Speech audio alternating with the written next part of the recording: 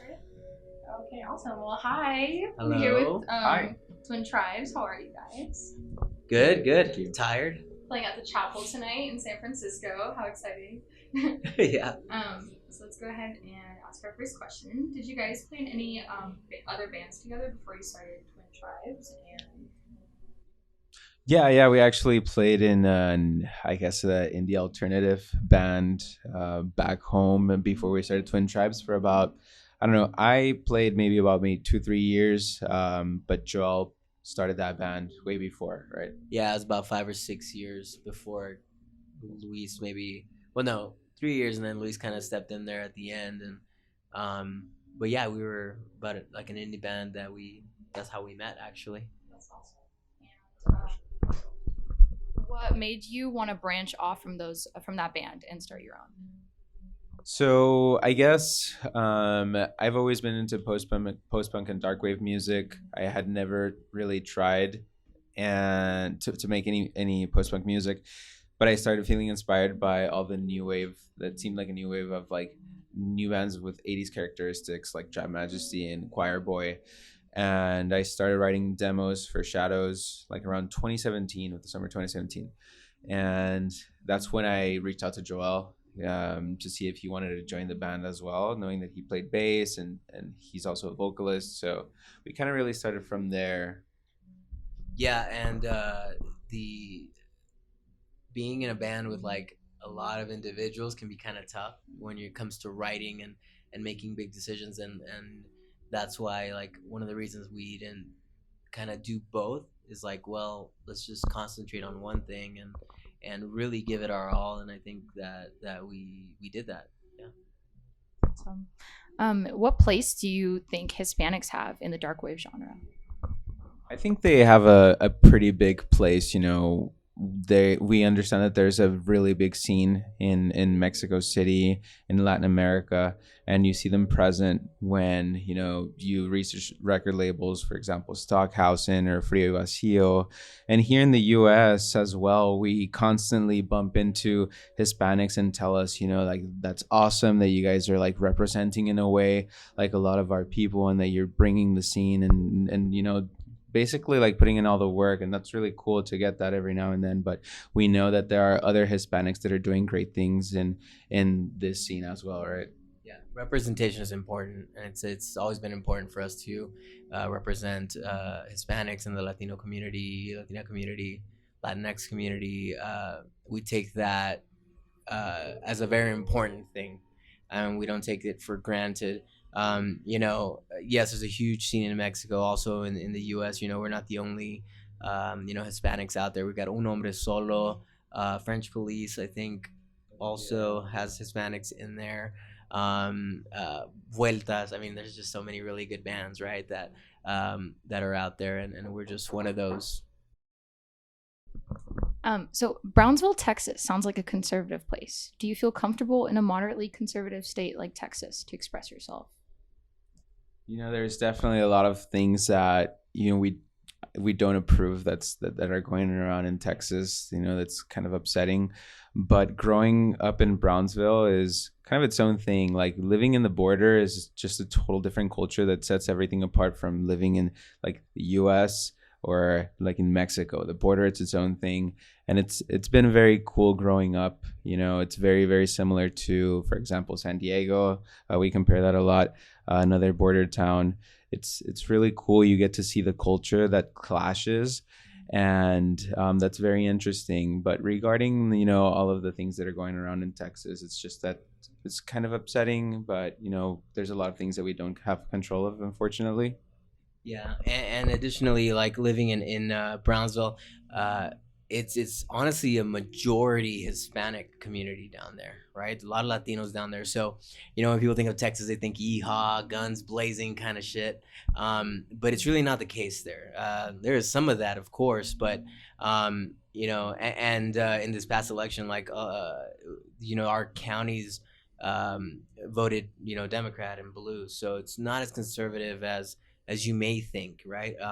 Texas is a huge, huge state, so unfortunately, there's a lot of like gerrymandering too. So like, they turn the tides, and unfortunately, like a lot of the shit that's going on, like Luis said, we don't fucking approve of, and it is very upsetting. So all that we can do is just express ourselves through our art, and do our part whenever it comes to voting and getting people out to the elections and all that good stuff.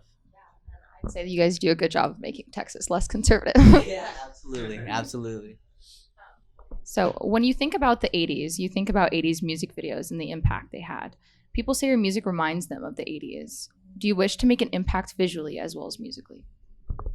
I think that the visual impact, we tried to do that from the very beginning when we started marketing ourselves as a band, and that included like VHS visuals, and that included like that, just setting the vibe, not just the music but also like the aesthetic. Like the visuals are very important, especially when we're playing live. We want to make sure that the mood is set for everyone and to try to capture the perfect vibe that we want to go for. It's the whole package, right? Music, it's visuals. When we first started, we would have clips of like the Dark Crystal from the 80s, like in some of our with some of our songs in the background.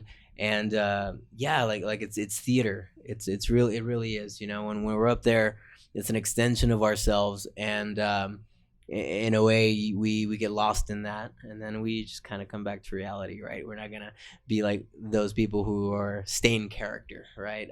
Outside of that, we're pretty cool guys, and if you see us at a merch table, you'd probably understand that for sure. Yeah, like you said earlier, you guys put yourselves completely into your music. So. Yeah, absolutely. Do you guys believe 21st century music videos can be as iconic as the 80s? Woo, that's a great question. Yeah, I don't know. That's very difficult. I feel like maybe if you compare like videos of like very famous artists, like what's the name of the girl that has her brother do all the beats? Billie Eilish. I feel like visually they're very aesthetic, like the colors, and I feel like I see it trending kind of like with other artists as well. But they're very cool to see. I don't know if they're going to be as iconic as watching like a Tears for Fears video, with like that kind of seems like a prom picture, looking into the ocean. It's not as iconic, but I don't know. I mean, you think 80s, you think Michael Jackson's Thriller, you think, Prince, you think Madonna, fucking what's the one where Gary Newman, you think the one where they're in like cartoons. You think and it's like, dude, it's just so hard. Like that bar was set so high back then that it is hard to get to that point, and especially nowadays, like you can get visually, I guess, entertained in so many different ways, like TikTok and Instagram and fucking Hulu, Netflix, all this shit. So it's not like it was back then, where it's like, oh wow, it's a fucking music video with high production values, and people are amazed by that. So it's not the same, but I think it can be done. I mean, we've seen it with like Lil Nas X, like causing a fucking riot with his videos. So yeah. What kind of impact did COVID have on you guys? Well, it did affect us considerably when we had to cancel basically all of our tour for our ceremony of release, and we tried to stay active in other ways. For example, live stream videos and releasing live sessions here and there. But it did affect that we couldn't play like for a year and a half, maybe. Yeah, you pivot. We pivoted as much as we could, doing live what is it called, live streams and recording videos and sending them to like different festivals online, like Gothic Cat, and so yeah, I mean, we just found a way to adapt. We weren't able, like a lot of bands were able to write. I don't think it was the same for us. Like we didn't really do much writing. It just felt kind of somber with everything that was going on. I think, will that come about when we begin writing our next album? Absolutely. That's going to be a huge inspiration on that album. But yeah, for us, it was just kind of like a huge like obstacle that got placed in. But I mean, that's the way it was for everybody, right? And here we are. So yeah, over the past year and a half, you haven't been able to tour. So what have you been doing to supplement that during COVID? I know you basically answered that, but yeah, you said that it's kind of hard to write during COVID. Did you experiment in any other artistic areas? Yeah, well, we did release several remixes for bands. For example, we released a Clan of Cymox remix. We did a remix for, Oh man, we did a remix for. It was actually just released not so long ago. A band from Mexico City called Prismatic Shapes. A Starry Night. We did a remix for A Starry Night. Yeah. Night. And a remix for Night. Yeah, we definitely try to stay busy with remixes. We also collaborated with a lot of other bands to release an Alters, which is our remix album that happened this year. Mm-hmm. And besides that, in 2020, we released a live session that was recorded in one of our shows in Nashville. That is... Live at Fascination Street. Fascination Street. Yeah. And then, I think that's pretty much all we've been doing. That and drinking. That's funny. Okay, so are you guys indifferent to what others think of your self-expression? Yes. Awesome. Because who cares? If people are gonna like you, they're gonna like you. If they don't, they don't. I mean, you could go to our YouTube comment section and you'll see a bunch of negative stuff, but and in our eyes or in my eyes is kind of like you can't please everybody, nor should you strive to do that, because then you'll kind of tear yourself apart. So you let the people talk, and if they like you, beautiful. We love them. We love our fans. We do like as much as we can for them. And we treat them with respect and the love that they deserve.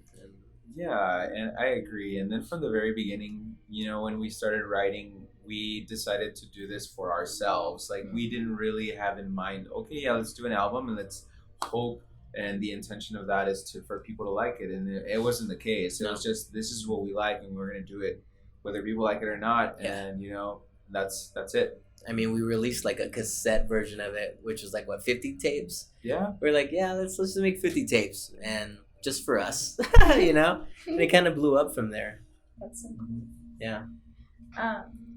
Here's a question from one of our coworkers, Robbie. Oh, Robbie. Have you thought about? Yeah, he is. Have you thought about going synth free for a song or even an album? Wow. Ooh. Damn, Robbie. Damn, Robbie. Damn.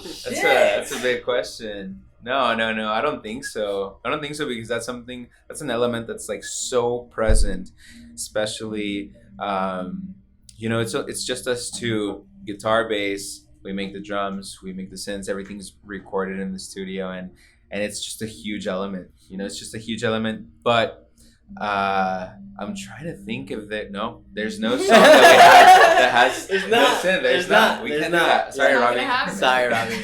Don't ever bring that up again. That's hilarious. He also asks top 5 radio pop artists. Radio Ooh, pop wow. artists. Radio pop from Like any. now or any time? Well, It's what do pretty you? good. I would say if it's on the radio, it counts. The thing is When that it's pop. it's difficult for me because I haven't really listened to anything recent on the radio. Yeah. So I miss out. I couldn't even remember Billie Eilish's name. You so said Billy. You tried so I'm not sure, but I would probably say like if it's like something old like that would be in the radio, like I don't know, we listen to a lot of Michael Jackson and Prince and shit like that. Prince. Then then I can definitely say something like that. I think the most recent one that I remember like listening on the radio was maybe like Adele and Sam Smith. That I kind of like. That's pretty awesome. Yeah, and I also have a recent one. It's super off, but I love Bad Bunny. So I don't know. Oh shit! It's out there now. It's out there. Officially. Luis is in love with Bad Bunny. It's like if you headline. Luis in love with Bad Bunny. The title of the interview. Gosh. Oh my gosh. And the last question he asks is, do you guys have any favorite zombie movie? Zombie movie. I like Ooh. Train to Busan. One of my Cool. absolute That's favorite such a good one. movies. It's so good. Yeah, like just the acting, the story, like the type of zombies that were there, like the ending, like I cried. It was so good. It was so good. That's my favorite zombie movie. For zombie movie, I don't know. It's difficult. I guess I'm gonna go with. I think it was called 28 Days Later. Oh, That one's really good. That's a classic, man. Yeah. That's a classic. I'm gonna watch both of those. Yeah, you should. Those are great. Well, this was a really great interview. Thank you so Oh, much for your thank time. you, Lulu. I Thank you really so much. appreciate Thank it. you. Can I get you guys' name one more time? Yeah, this is Luis Navarro. And I'm Joel Nino Jr. And what's your guys' band's name? Twin Tribes. All right. Thank you, Twin Tribe. Thank you for having us. Yeah. That was awesome. Yeah, thank y'all. Of course. Kind of